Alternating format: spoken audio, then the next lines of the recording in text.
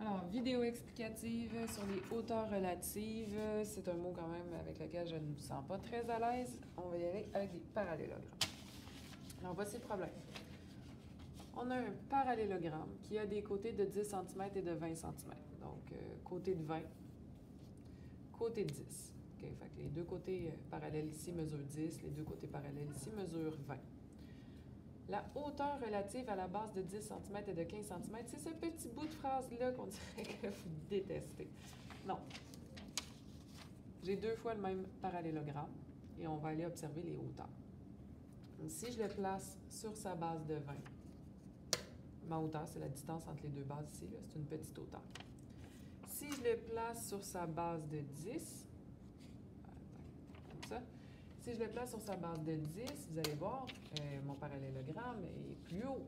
Hein, vraiment plus haut. C'est tout tordu, ça.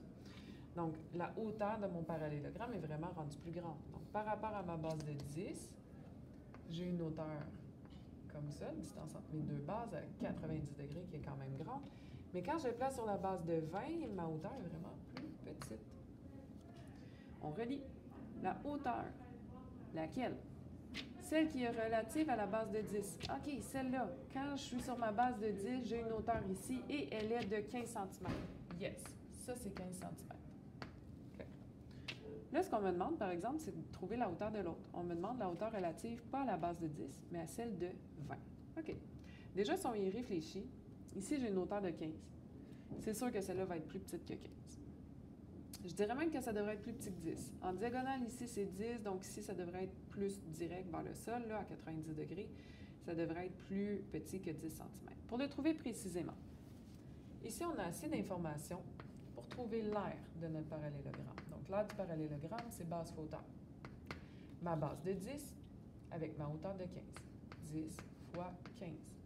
J'ai une aire de 150 cm².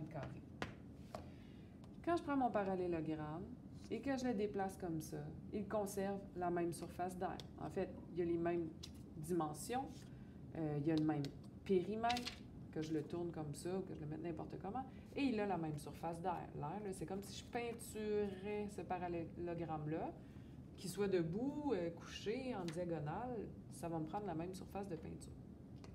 Donc, l'air, pour le parallélogramme ici, c'est la même formule. Base fois hauteur, et j'ai la même aire. Si celui-là vaut 150 cm², celui-là aussi a une aire de 150 cm². Là, je cherche cette hauteur-là. Je ne veux plus la hauteur de 15. Je veux celle-ci, relative à la base de 20. Donc, dans ma formule, je vais remplacer la base par 20 et je vais déduire une hauteur en divisant par 20 de chaque côté.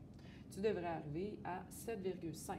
Donc, ça, 150 divisé par 20, tu vas arriver à 7,5 cm. Et tu pourrais te valider 20 cm fois 7,5 cm, ça va donner une aire de 150. 10 cm fois 15 cm, ça va donner une aire de 150. Donc, c'est bon. Tu as deux fois le même parallélogramme. Et la hauteur relative à la base de 10 vaut 15. Mais la hauteur relative à la base de 20 vaut 7,5. Et voilà.